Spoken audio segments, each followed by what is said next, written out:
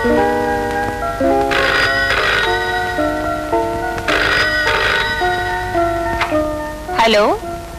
ఎవరు కావాలి? గిరిజ గారు కావాలి. నేనే మాట్లాడుతున్నాను. ఎవరు మీరు? ఎవరని చెప్తే మీకు అర్థమవుతుంది. మీ హితుణ్ణి, మీ శ్రేయోభిలాషిని, చందు ఫ్రెండ్ని. మీకు ఇది చెప్పడం ధర్మం అనిపించింది. ఏమిటది? చందు మీ మీద వలకపోస్తున్న ప్రేమాభిమానాలు నిజమేనని నమ్ముతున్నారా? Shut up.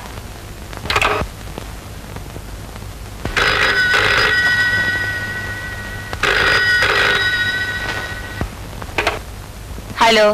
ఆవేశపడకండి మేడం. రాజగోపాలరావు గారు చనిపోతూ ఆస్తి అంతా మీకు చందుకి పుట్టబోయే సంతానానికి రాశారు. పిల్లవాడు పుట్టే వరకే చందుకు మీతో అవసరం. ఆ తర్వాత మీతో అతనికి అవసరం లేదు.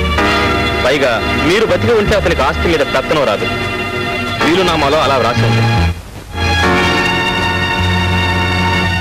కాబట్టి త్వరలోనే మీకు అతని చేతిలో మరణం తప్పదు. కావాలంటే రాజగోపాలరావు గారు రాసిన వీలునామా శేషారత్నం గారి దగ్గర ఉంది, వెళ్ళి చూడండి.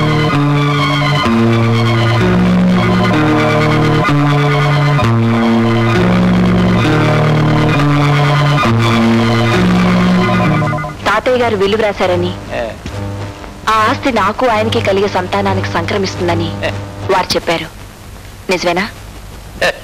ఇప్పుడు అవన్నీ ఎందుకమ్మా? ఏమీ లేదు. అదే నిజమైతే తాతయ్య గారికి నా మీద ఇంత ప్రేమ అభిమానం ఉన్నందుకు సంతోషిస్తున్నాను. సచ్చి ఏ లోకాన్ని ఉన్నాడు, వాడికి నీ మీద ఎంత ప్రేమో నాకు తెలుసమ్మా. ఆ విల్లు నేను చూస్తే ఏమైనా ప్రమాదమా? ప్రమాదమే ఉంటుందమ్మా. అయ్యయ్యో,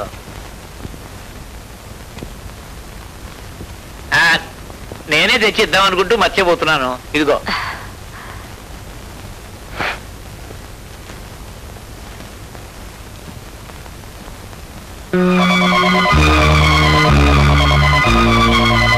నీ పెళ్ళైనప్పుడు అందరూ నిన్ను గురించి తల విధంగా అన్నారు.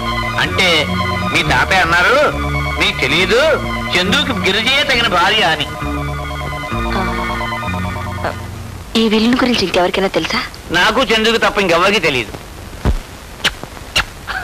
My sweet child. పిల్లల్ని పెంచడం ఎంత సులభం నేను కలవడానికి కూడా. Girija, it's quite simple. 4 రోజులు అవసరపడితే చాలు, అదే అలవాటు అయిపోతుంది. ఇప్పుడు నాకు అలవాటు అయిపోయింది అనుకో, రేపు నీ అవసరం లేకుండా నేను బాబుని పెంచగలను. నా దగ్గర ఉంటావా? నీ అమ్మలాగా నా దగ్గర ఉంటా?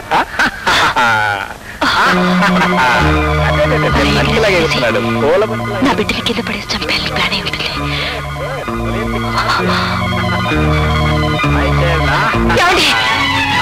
ఏమండి, బాబునివ్వండి, బాబునివ్వండి.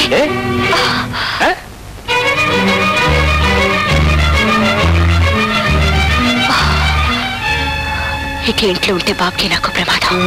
ఎలాగైనా రేపు ఇద్దరి నుంచి దూరంగా వెళ్ళిపోవాలి. ఇద్దరి నుంచి దూరంగా వెళ్ళిపోవాలి. ఇద్దరి నుంచి దూరంగా వెళ్ళిపోవాలి. ఇద్దరి నుంచి దూరంగా వెళ్ళిపోవాలి.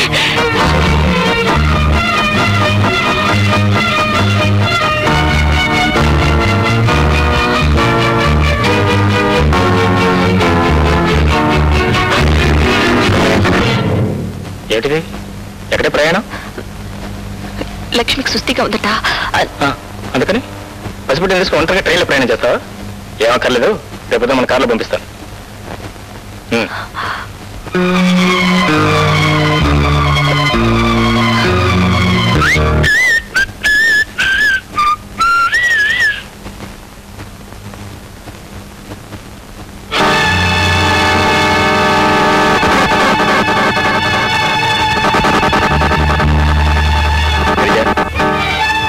నీకు రహస్యం చెప్పనా? I'm the most luckiest man in the world. నీలాంటి అందమైన భార్య, అంత అందమైన బిడ్డ నాకు కలిగినట్టు. అది నా అదృష్టం.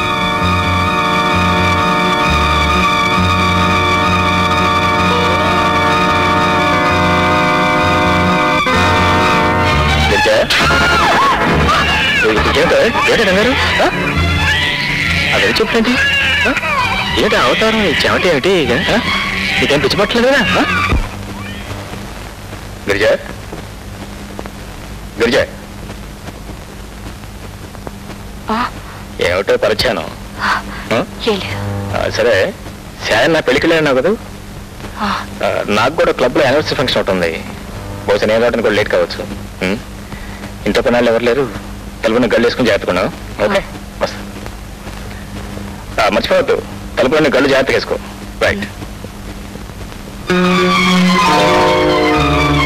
సాయంగా పెళ్లికి వెళ్ళడం, మేనేజర్ రాకపోవడం, ఇంట్లో పనివాళ్ళు ఎవరు ఉండకపోవడం, చందు ఆలస్యంగా వస్తానని చెప్పడం, ఇదంతా చందు ప్లానే. నన్ను చంపడానికి తీసిన ప్లాన్.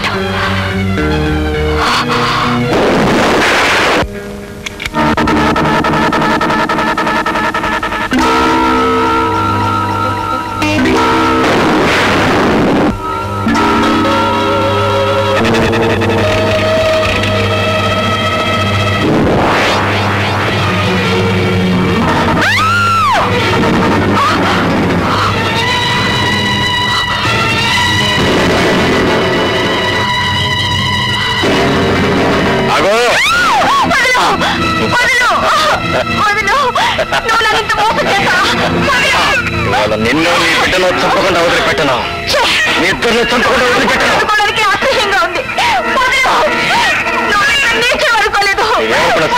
నీ ఇద్దరిని చంపకుండా వదిలిపెట్టను.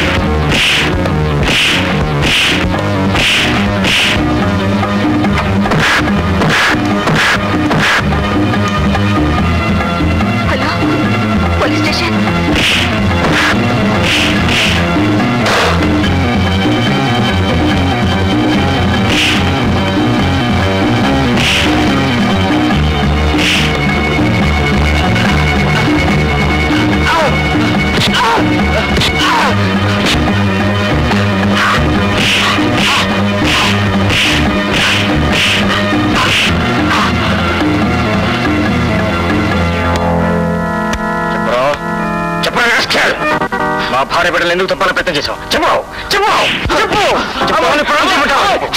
చెప్తాను. రాజగోపాలరావు రాసిన వీల్నామా శేషారత్నం గారికి ఇవ్వక ముందే రహస్యం గారి చదివేశారు. గిరిజి గారిని చంపేస్తే ఆస్తి కోసం మీరే చంపినట్లుగా రుజువు చేయడానికి కావలసిన ఏర్పాట్లని చేసుకున్నారు. భార్యలు చంపిన నేరాలకి మీకు శిక్ష పడుతుంది, మిమ్మల్ని కొన్నేళ్లు జైల్లో పెడతారు. అంతవరకు ఈ ఆస్తి నా మేనేజ్మెంట్ లో ఉంటుందని అనుకున్నారు. అందుకే గిరిజి గారు నమ్మించడానికి లేలే పోల్ చేశాను. ఇన్స్పెక్టర్, ఈ ద్రోహులు నాకెళ్ళి జైలు పారేయండి. వస్తాం సార్. Thank you.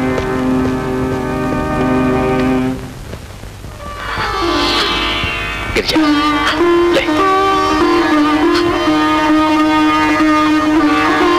గిరిజ, మిమ్మల్ని అనుమానించి అపార్థం చేసుకుంటాను.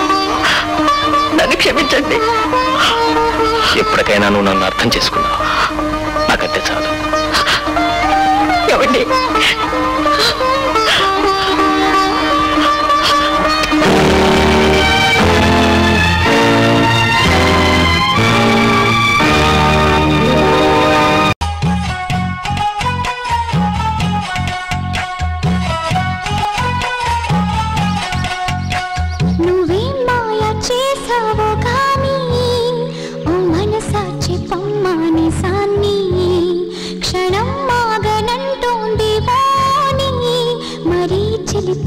వయసు వాణి హయ్యా హయ్యా